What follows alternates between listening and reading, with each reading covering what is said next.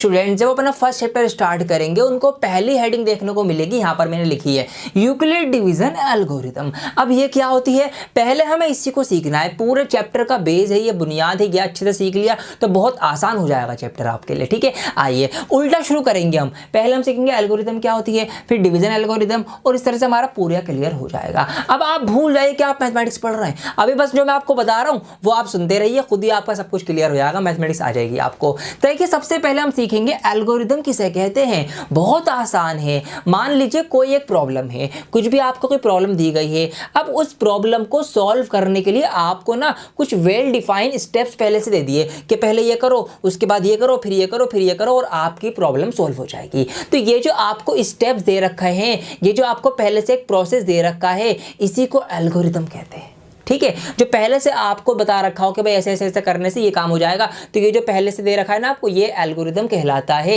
अब मान लेते हैं एक एग्जांपल समझेंगे। यहाँ पर मैं एक बहुत ही सिंपल एक डिवाइड का क्वेश्चन आपके लिए कर रहा हूँ। अब ये मान लीजिए आपको डिवाइड करनी है, तो यहाँ पर हमें पहले से स्टेप्स दे रखे हैं। ठीक है, बचपन से हमने सीखे। पहले हम क्या करेंगे, पहला स्टेप ये होता है कि हम इसकी मल्टीप्लाई पढ़ेंगे, इतनी बार इसका पहाड़ा पढ़ेंगे कि या तो ये नंबर आए या इससे कम आए, तो ये हमारी पहली स्टेप होती है। फिर हम क्या करते हैं, वो पहाड़ा इतनी बार पढ़ते हैं, यहाँ पर लिखते हैं कि भाई 2 3 6, वो नंबर नीचे लिखेंगे। फिर अगली स्टेप में हम क्या करते हैं, यहाँ पर माइनस करते हैं, माइनस करके नीचे लिख देते हैं, जो बचता है वो हमारा रिमाइंडर होता है। यही तो हम करते हैं ना डिवाइड करने के लिए। तो ये क्या है, ये एल्गोरिथम है जो हमें बताया गया है कि भाई ये करो, फिर माइनस करो, फिर रिमाइंडर लेकर आओ, या पूरा कट जाए तो 0 कर दो। तो ये आपका एल्गोरिथम होता है। एल्गोरिथम क्लियर हो गया। अब हम बढ़ते हैं डिवीजन एल्गोरिथम की तरफ। अब ये डिवीजन क्या होता है, डिवीजन भी आपको पता है, डिवीजन का मतलब होता है भाग करना, डिवाइड करना। मतलब डिवाइड करने की एल्गोरिथम, मतलब डिवाइड करने के कुछ ऐसे पहले से बताए गए स्टेप्स जिनको हम फॉलो करके डिवाइड करेंगे। वो तो मैंने आपको सिखा दिए। जी हाँ, ये तो हमें दे रखे हैं पहले से। भाई डिवाइड करने के जो स्टेप्स हमें दे रखे हों पहले से, जिनको हम फॉलो करते चले जाएं तो हमारी डिवाइड हो जाए, वही तो डिवीजन एल्गोरिथम होती है। और क्या होती है, और तो कुछ भी नहीं होती है। तो आपने सीख लिया। अब पूरा अगर मैं पढ़ूं, यूक्लिड्स डिवीजन एल्गोरिथम। अब ये यूक्लिड क्या है दोस्तों, ये उनका नाम है जिन्होंने ये मेथड दिया है। ठीक है, एक मैथमेटिशियन से, ग्रीक के थे, इन्होंने दिया तो इसलिए इनके नाम से इसको चलाया गया। और आपको ये बात पता भी होगी, एक फैक्ट है कि जो भी कोई डिस्कवरी करता है, इन्वेंशन करता है, तो उसको उसके नाम से ही जाना जाता है, ताकि उसको जिंदा रखा जा सके, मतलब उसको यादों में जिंदा रखा जा सके कि उसने ये चीज दी थी हमें। ठीक है, जैसे एटम है तो नील्स बोर का स्ट्रक्चर अलग है, तो इस तरह से उनके नाम से उनको जाना जाता है। तो इसी तरीके से यूक्लिड डिवीजन एल्गोरिथम की यूक्लिड के द्वारा दिया गया डिवाइड करने का एक एल्गोरिथम, एक प्रोसेस जिसको फॉलो करके हम डिवाइड करेंगे। तो ये हमने इसको अभी तक सीखा है। अब देखिए यूक्लिड ने ना हमें एक HCF निकालने का डिवीजन एल्गोरिथम दिया था, मतलब हम डिवाइड करने के तरीके को फॉलो करके HCF निकाल सकते हैं। ये इन्होंने दिया था। एक्सरसाइज 1.1 में इसी के क्वेश्चन आपको करने को मिलेंगे, और मैं आपको करवाऊंगा भी इसी वीडियो के अंदर। ठीक है, तो कौन सा वो तरीका था उसको हम बाद में समझेंगे। अब एक वर्ड आपको और सीखना है भी, वो है लेमा। आइए अब लेमा के बारे में जानते हैं। तो यहाँ पर मैं हाथों हाथ लिख देता हूँ, लेमा क्या होता है उसको भी हम सीखेंगे। ठीक है, अगला जो वर्ड है आपको सीखने के लिए वो है लेमा। अब ये लेमा क्या होता है, देखिए लेमा का मतलब होता है एक पहले से साबित हो चुकी स्टेटमेंट जिसकी हेल्प से हम दूसरी कोई स्टेटमेंट जो है वो साबित करेंगे, ये लेमा होती है। अब कैसे वो करेंगे, देखिए यहाँ पर मैं मान लेता हूँ, एग्जाम्पल लेते हैं। मैंने एग्जाम्पल लिया भाई the sun rises in the east, के सूरज जो है वो पूरब से निकलता है। ये हमने एक एग्जाम्पल लिया, स्टेटमेंट है। अब ये साबित हो चुकी है, हमने देखा है सूरज पूरब से निकलता है। अब हमने सोचा कि भाई जब सूरज पूरब से निकल रहा है और दुनिया जो है गोल घूमती है, तो इधर से इधर जाएगा तो कहाँ डूबेगा, तो वो पश्चिम में डूबेगा। तो हमने पहले से दी गई statement the sun rises in the east से हमने दूसरी स्टेटमेंट बना ली the sun sets in the west. तो जब आपको एक पहले से स्टेटमेंट दे रखी हो, एक साबित हो चुकी स्टेटमेंट से आप दूसरी स्टेटमेंट को साबित कर दो, तो इस कंडीशन को हम क्या बोलते हैं, इसी को हम लेमा बोलते हैं। ठीक है, अब ये इसका मैथमेटिक्स से क्या रिलेशन है वो भी आपको बताऊंगा। जब आप अपनी एक्सरसाइज में दूसरा क्वेश्चन देखेंगे तो आपको मिलेगा शो दैट, और टेढ़ा मेढ़ा सवाल जो आपके ऊपर से जाता है कि भाई ये इसको साबित करो, इंटीजर वगैरह पता नहीं क्या क्या होता है, तो वो आपका उसके अंदर यही चीज लगेगी। कैसे लगेगी वो सब आपको सिखाऊंगा। तो अभी तक हमने सीख लिया भाई यूक्लिड डिवीजन एल्गोरिथम क्या है, लेमा क्या है। आइए अब आगे की चीजें सीखते हैं।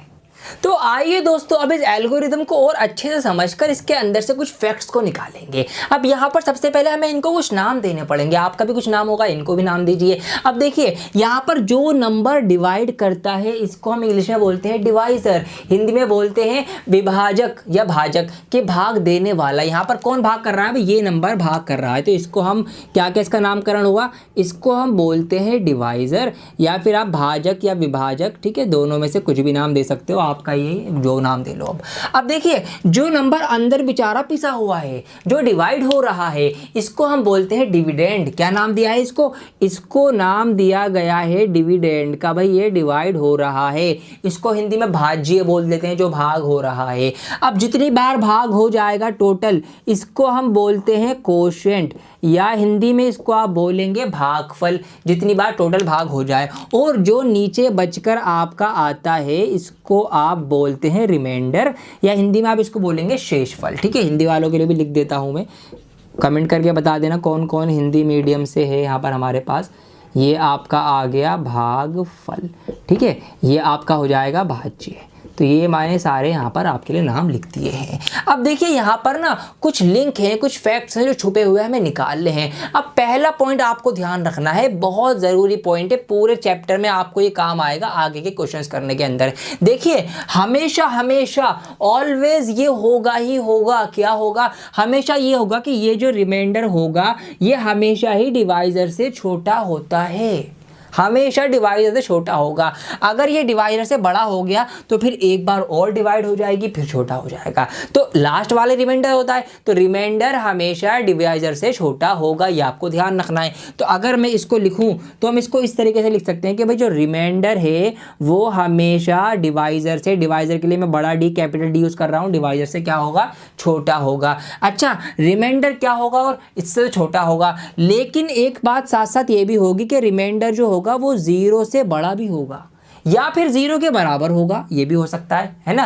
भाई रिमाइंडर में तो 0 आ जाएगा, अगर यहाँ पे 6 होता 2 3 6 0 आता, या तो रिमाइंडर 0 आएगा या फिर 0 से बड़ा होगा, लेकिन रिमाइंडर 0 से छोटा नहीं हो सकता, मतलब रिमाइंडर जो है माइनस में नहीं जाएगा। ठीक है, तो ये दो फैक्ट आपको ध्यान रखने के, रिमाइंडर जो होता है वो हमेशा डिवाइजर से जो होगा वो छोटा होगा, और या तो 0 लेकिन 0 से बड़ा होगा। अब 0 से कितना बड़ा होगा ये भी ध्यान रखना है, मैं वो हम रिमाइंडर देख के पता लगाएंगे।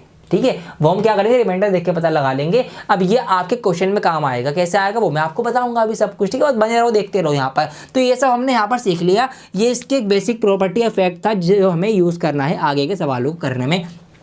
अब अगली चीज़ क्या सीखनी है हमें वो भी आपको बताता हूँ। अब हमें सीख रही है कि यूक्लिड की डिवीज़न की HCF।